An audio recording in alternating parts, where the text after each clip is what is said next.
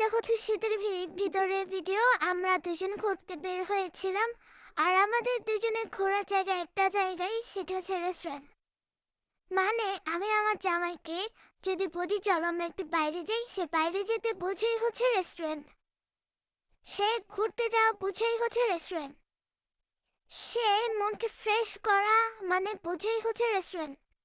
আর তো হচ্ছে যে ঢাকা শহর নাকি ঘোরার কোনো জায়গাই নেই। মানে আমাকে নিয়ে ঘোরার মতো কোনো জায়গা নাই। সব জায়গায় নাকি খালি মানুষ আর মানুষ আর মানুষ। ঠিক আছে, কি আর করার। সে যেটাতে কমফোর্টেবল, যেটাতে মজা পায়, যেটাতে আরাম পায়, সে জায়গায় নিয়ে যাক, কি আর করার। তো আমরা গিয়েছিলাম সনি স্কোয়ারে কেএফসিতে। আর সে কেএফসি খেতে অনেক বেশি ভালোবাসে, তাই বেশি বেশি কেএফসিতে যায়। তো কেএফসিতে যাওয়ার আগে সে আমাকে বলতে চলো কুপার্স থেকে তোমাকে কেক কিনে দিই, কারণ কুপার্সের কেক আমি পছন্দ করি।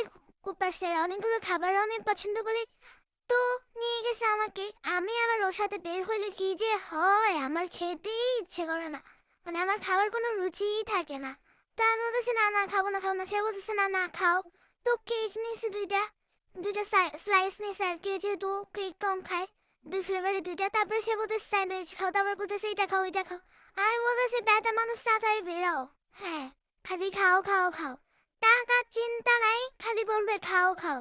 মানে তার কথা হচ্ছে যতদিনে বেঁচে আছো মনকে শান্তি দাও, খাও দাও, ঘুরে ফেরো। একসময় আমারও এই চিন্তাটা ছিল, কিন্তু বিয়ের পরে কি জানি হলো, আমার সেই চিন্তা কোথায় চলে গেছে। এখন শুধু আমার একটাই চিন্তা, আমি টাকা জমাবো, টাকা জমাবো, ঘরে এটা কিনবো ওইটা কিনবো।